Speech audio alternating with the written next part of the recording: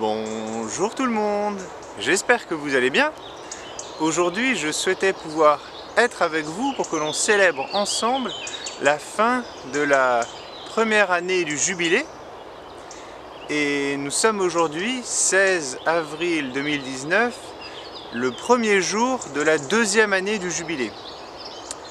Dieu travaille avec Israël sur des périodes de 50 ans. C'est lui-même qui a défini ces durées de temps, ces cycles. Et l'année dernière, le 16 avril 2018, a commencé le nouveau jubilé, cette période de 50 ans. Pourquoi est-ce que c'est important? C'est parce que pour moi, cette période, ce jubilé, sera le dernier avant le retour de Jésus-Christ. Je pense que Jésus-Christ arrivera soit pendant ce jubilé, soit à la fin du jubilé, soit juste après. Et je pense cela pour plusieurs raisons. Je ne veux pas donner de date, mais j'aime connaître et comprendre l'Esprit de Dieu, et pour moi, c'est une possibilité effectivement que Jésus-Christ arrive à la fin de ce jubilé. Et je vais vous en donner les principales raisons, vous rappeler les principales raisons pour ceux qui sont arrivés en cours d'année. Et je vous dis bienvenue, je vous remercie, ceux qui sont arrivés depuis l'année dernière. Et effectivement, je me base notamment sur le déluge. Avant le déluge, la terre était emplie de violence et Dieu à un moment a dit « j'en ai assez ».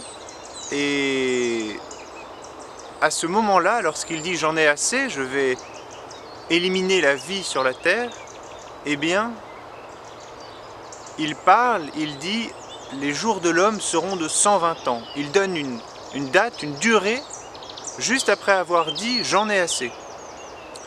Et pour ce qui concerne ce passage de la Genèse, les théologiens, ceux qui réfléchissent à ces questions, et les croyants ont différents avis sur ce que voulait dire « les jours de l'homme seront de 120 ans ». Et il y a deux possibilités. C'est les jours de l'homme qui vivait très vieux à ce moment-là, qui pouvait vivre plus de 300 ans, 400 ans, 500 ans, vont être réduits à 120 ans, première possibilité. Et deuxième possibilité, je vais faire venir le déluge dans 120 ans.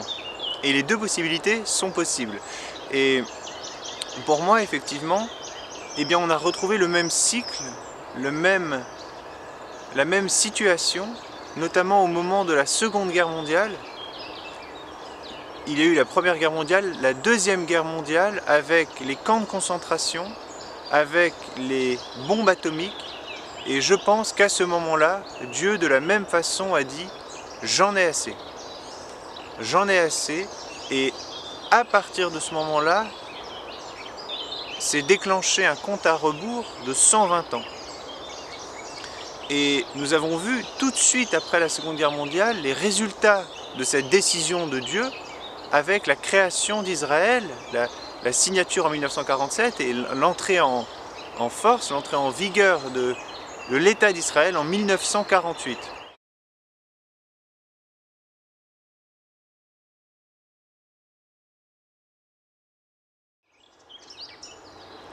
Et je pense que la période de 120 ans qui précède le retour de Jésus-Christ sera également un parallèle avec la vie de Moïse. Car pendant la vie de Moïse, l'Éternel des armées a travaillé avec le peuple juif, et la vie de Moïse a duré 120 ans. Et je pense que la création d'Israël, depuis la création d'Israël, nous aurons également cette période de 120 ans qui sera comme un miroir de la vie de Moïse.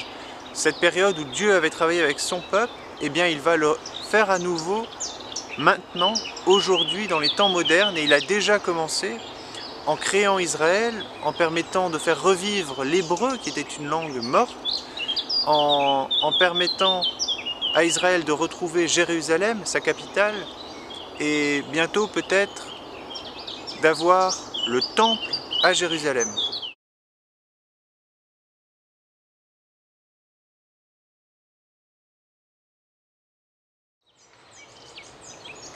Donc pour moi, nous avons déjà accompli une année sur les 50 qui nous séparent du retour de Jésus-Christ, environ.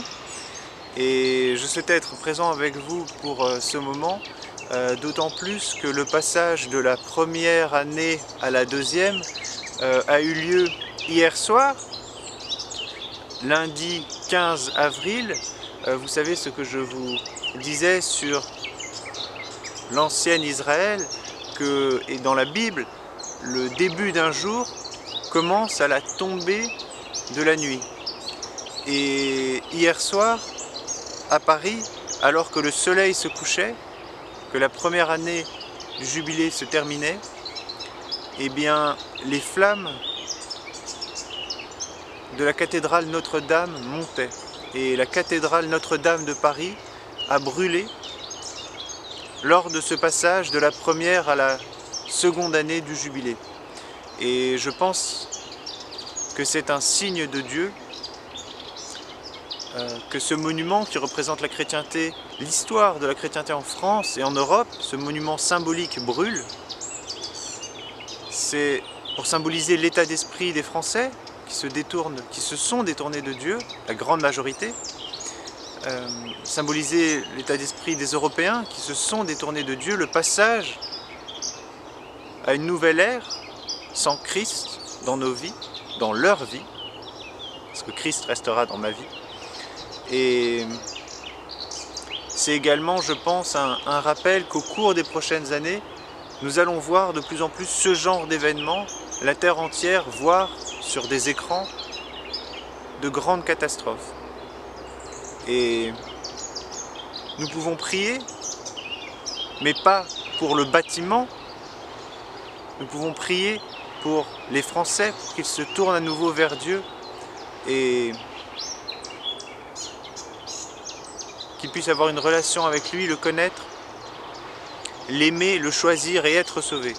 C'est ma prière, en voyant cet événement, c'est ma prière et j'espère que vous m'accompagnerez également pour prier pour que des Français, de plus en plus de Français et toutes les personnes à travers le monde qui ont vu cet événement puissent se tourner vers Dieu, pas pour prier le bâtiment, mais pour rendre grâce à Dieu, pour le remercier de nos vies et lui permettre de toucher davantage de personnes. Que davantage de personnes se tournent vers lui. C'est ma prière. Bonne journée à vous et bon démarrage de cette nouvelle année de jubilé. Au revoir.